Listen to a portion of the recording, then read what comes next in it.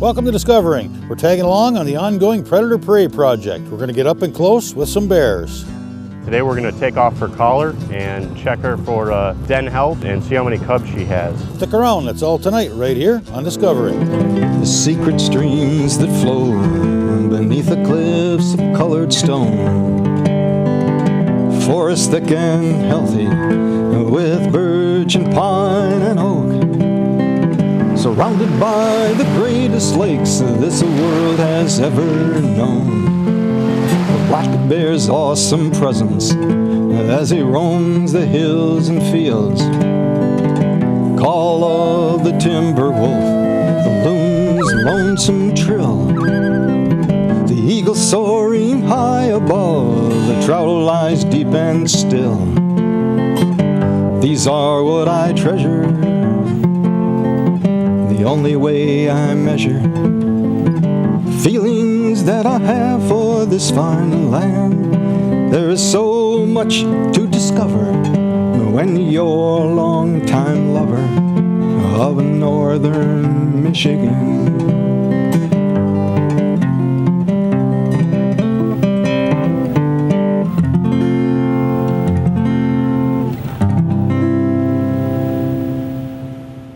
The condition of our deer herd here in the Upper Peninsula is influenced by many factors, including weather, habitat, and of course, predation.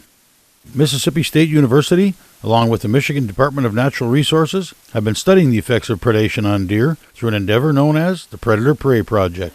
Well, we're wrapping up phase 2 of this project where we're investigating the role of winter weather habitat and predation on deer survival. And we've moved from the low snowfall zone to the mid snowfall zone. We'll be done with the data collection here in the mid snowfall zone in June, and then we'll move to the higher snowfall zone and start that work probably in January of 2017. And so what we're really trying to do is we're really trying to understand the interactions between these factors that can limit white-tailed deer populations. A lot of people want a simple answer. They want it to either be winter weather or wolves or coyotes. But the reality is that it's a complex ecological system, and there's important interactions between these factors. And that's what we're really trying to understand, how these factors relate to one another and how that impacts white-tailed deer. Because, of course, we want to do the best job we can managing white-tailed deer. So we're just getting ready to head out, getting all the sleds loaded up so we can take about a 5-mile trip out to a bear den that we have. This sow, we've been following her for the past 4 years. And today we're going to take off her collar and check her for den health and see how many cubs she has.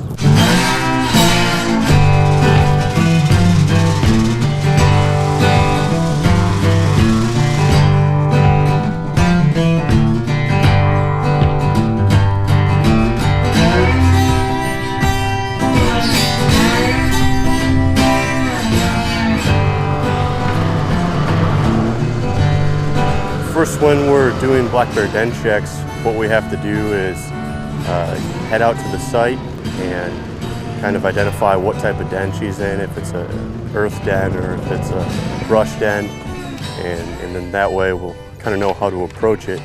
First, we need to mix up the drug, and usually we can do this by estimating their weight. We'll immobilize her, and then we'll call everybody else in once she's under. So when we catch the bear the previous summer, we're able to weigh them, and usually they'll put around 50 to 100 pounds on from summer to winter. So we'll mix up drugs so that we can immobilize her. And the whole time we're doing this, we're thinking about the bear's safety. So we really want to be as close to that bear's weight as possible. We don't want to underdose the bear and have her be more awake than we would like. And also we don't want to overdose the bear. We want to make sure that she stays out, and she'll stay out for about an hour while we're doing the workup. So when we approach the den, usually the bears are in a pretty good state of torpor, so they may lift their heads and look at us, but in this case today, she didn't lift her head at all. So she was out, and you could hear the cubs in there with her as well. And we can pull Snow back from the opening of the den and crawl in to get a better view at her. Hey, bear. And once we do that, we try to get a good shot at her shoulder, so that we can slowly inject the drug into her shoulder, and then she'll be out in about 5 or 10 minutes. So we just immobilized the sow, and now we're just waiting for her to go all the way out. You can hear some of the cubs in there right now. So once she's out, we'll try to pull them out first. And we'll excavate the den a little bit to get her out so we can remove her collar.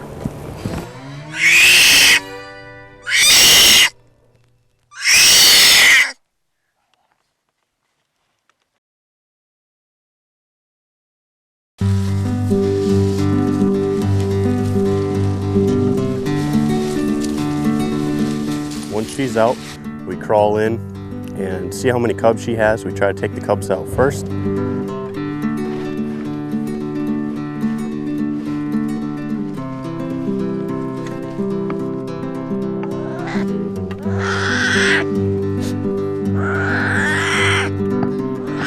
Stick them in a warm jacket.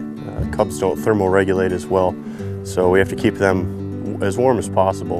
And even though today it's a nice day and it's 50 degrees, it's still important to keep those cubs warm.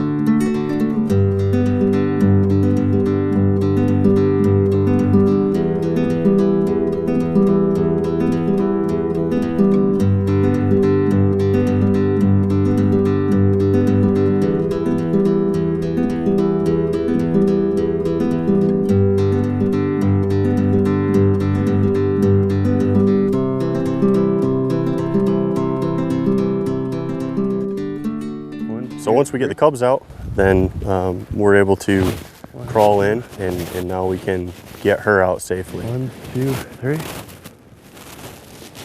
Where's her other leg? Sometimes this involves excavating a little bit so we can dig some of the dirt out. Lots of times when bears go into a den, they'll continue digging and the opening will be much smaller than we're able to get a bear out of. So we have to remove some of the soil so that we're able to do that.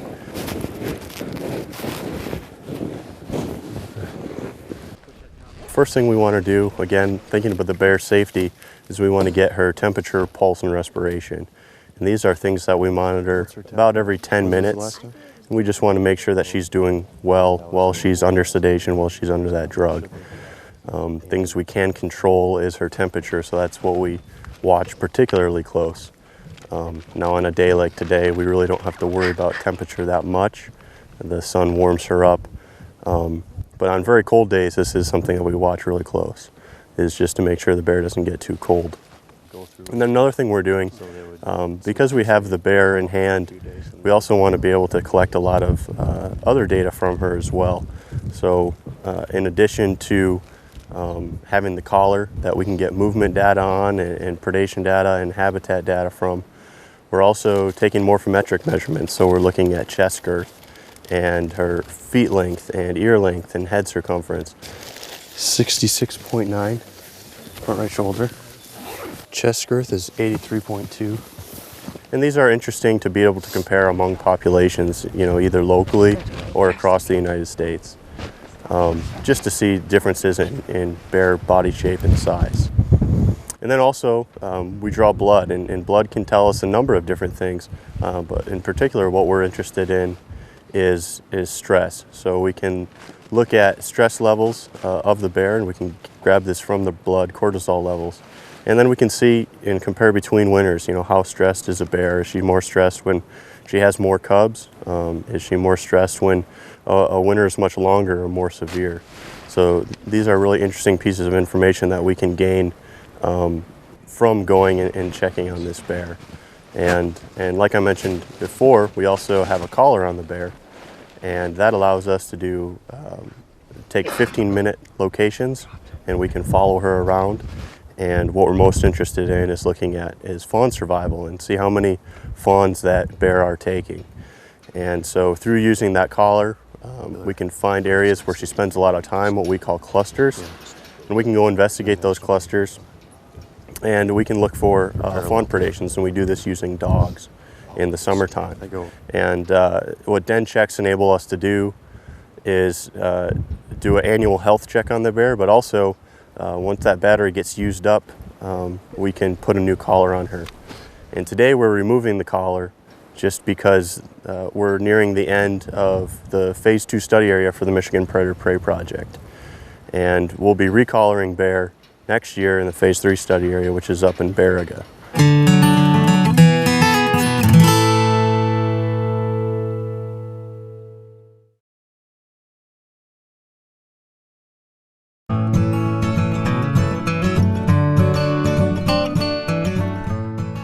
So this has been a great project. It's a great collaboration between the Michigan DNR and Mississippi State University. Been very productive. We've been working on it since 2008. We're getting tremendous support from sporting groups, in particular Safari Club International. They've given us a lot of funding through both their international arm of the organization, Safari Club International's foundation, as well as the organization here in Michigan, the Michigan Involvement Committee that coordinates Safari Club chapters throughout the state. And so they've been a great partner in this project as well. And we're hoping to complete the project, the field work, from 2017 through 2019. And then I think we're going to have a good understanding of the range of variability in these relationships among all these factors across this landscape. And hopefully we'll be able to take that information and develop some good solid management recommendations, not only for deer, but for predators and habitat as well.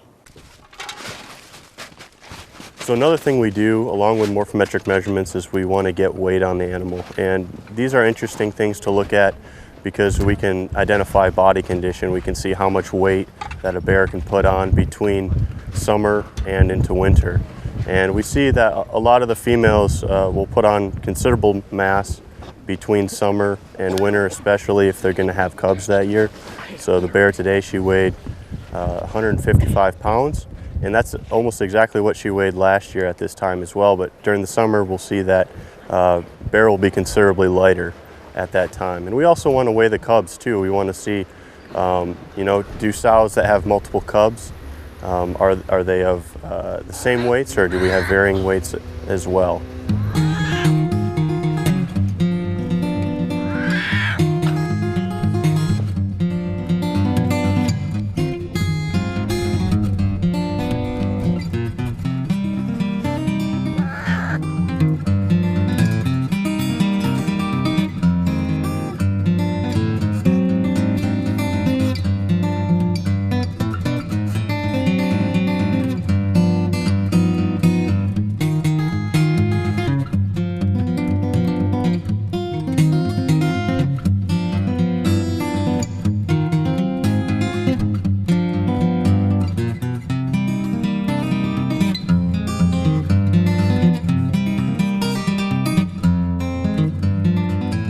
Once we're all finished up with the workup and we feel confident that the bear is doing well, usually we have her down for about an hour to an hour and a half while we're working her up. And then we want to get her back in the den so she can wake up safely with the cubs back nursing. So to do this, usually we have to excavate a little bit more. We want to make sure that her airway is always visible, so we keep her head visible. And as we push her back in, we usually put a sleeping bag down, and you can lay her on her back and slide her back into their den. Their dens are usually bowl-shaped, and it allows the bear to curl up right within those dens.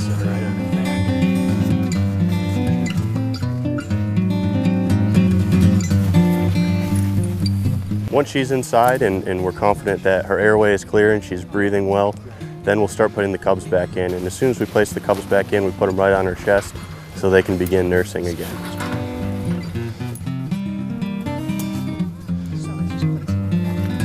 Yeah, I like to put them just right on her stomach, and then that way they normally go and start nursing right away.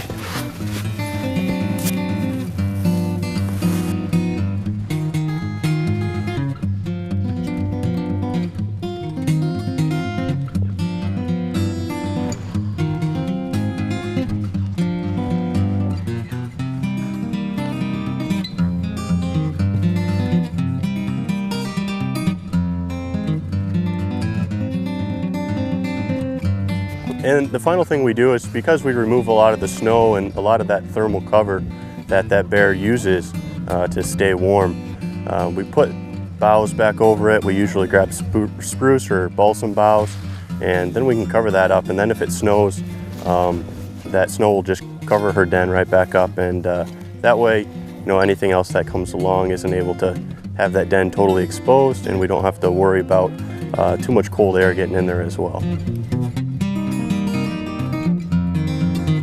While the cubs are in the den, they stay awake the whole time, and they'll be nursing and growing and feeding and crawling around. Meanwhile, the sow stays in that hibernation or torpor state. So she doesn't actually get up and start moving around until the snow melts, even though the cubs are awake and feeding that whole time. And usually bears are giving birth to their cubs in about January, so being at the end of February now, these cubs are about 4 to 6 weeks old. All 3 of these cubs are males, and it's not necessarily unique that all of them will be males. So far this year we've done 2 other dens, and both sows have had 3 cubs, and 2 males and a female on one, 2 males and a female on another, and 3 males on this den.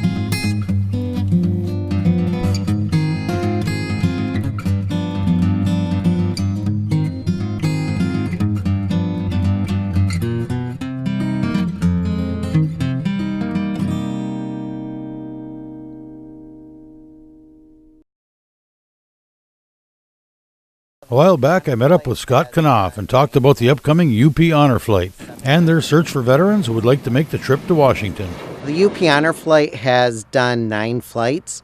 We have taken 702 veterans to Washington, D.C. so far. We are looking for more World War II and Korean veterans to go on a trip with us. In order to make something like this happen, it of course takes money. Here's a look at one UP company that has stepped up to show their support. I had contacted Stormy Kromer to see if they would be interested in partnering with the Upper Peninsula Honor Flight to create a special edition hat and just to help support the Honor Flight. I got an email back from Gina, and she was very excited to partner with us. We're very excited to be launching a limited edition cap today, starting March 1st for the UP Honor Flight. It's actually 2 caps, a men's and a women's cap with their logo added to it. We've been working with them for about a month, 6 weeks to make this happen, and we'll be selling the hat only for 6 weeks, and a portion of all the proceeds of each hat will go to support the Honor Flight and their mission. So honored to have been able to partner with the folks from the UP Honor Flight. I think this having this partnership with our company is a great fit. We were honored in December to win an award for the state for our employment of veterans, and we're glad to have some of our veteran employees here with us today as well. And so when Scott approached me about doing this, I thought, well, it makes perfect sense. We've been kind of doing a little series of special caps with a special logo put on them, where we do the selling of a cap like this and then give a portion of the proceeds back to an organization. We just finished working with the USA Ice Team, and so we're really glad for today, March 1st, to be kicking off working with the Upper Peninsula Honor Flight, and can't wait to see that we sell hopefully really a lot of hats where we can really significantly help you guys get to your mission and make sure that you're able to get these wonderful folks to DC and all that you do. So we're glad you're here, and we hope, like I said, that we sell lots of hats. You guys look great in them, and yeah, so thank you. Thanks for reaching out to us and partnering with Stormy Kromer. Two great things in the UP coming together. So yes. Thank you guys. Thank you. Yeah, Thank absolutely. You. Yeah.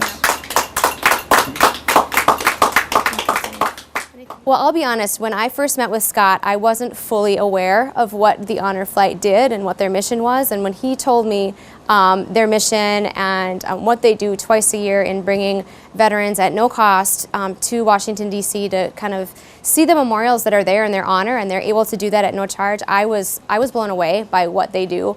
And so we felt really compelled to get behind it.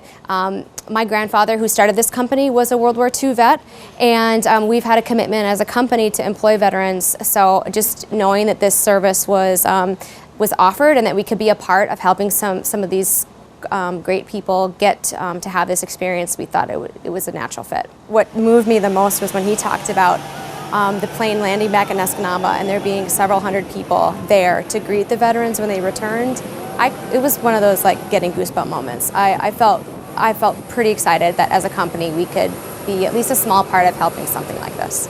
This hat is sold exclusively on our website, so at stormykromer.com. You can find it right on our homepage. We also are selling some here in our factory store, so if folks coming over for one of our tours, they could also buy a cap here. I think this is a perfect marriage between the two organizations to help support our veterans getting to see the memorials that have been built in their honor. So often I hear the story how they don't think that because of their age or physical abilities, they would not be able to get out to DC to see the memorials. But because of the honor flight and what we are able to help them with, they are able to get out there and see the memorials and come right back home the same day. If you're a World War II or Korean War veteran and would like more information, or maybe you're somebody that would like to help, find out all you need to know by visiting honorflight.org. Well, it won't be long and the snow will be gone. We'll be digging out the decoys, calls, and shotguns, getting ready for the spring turkey season.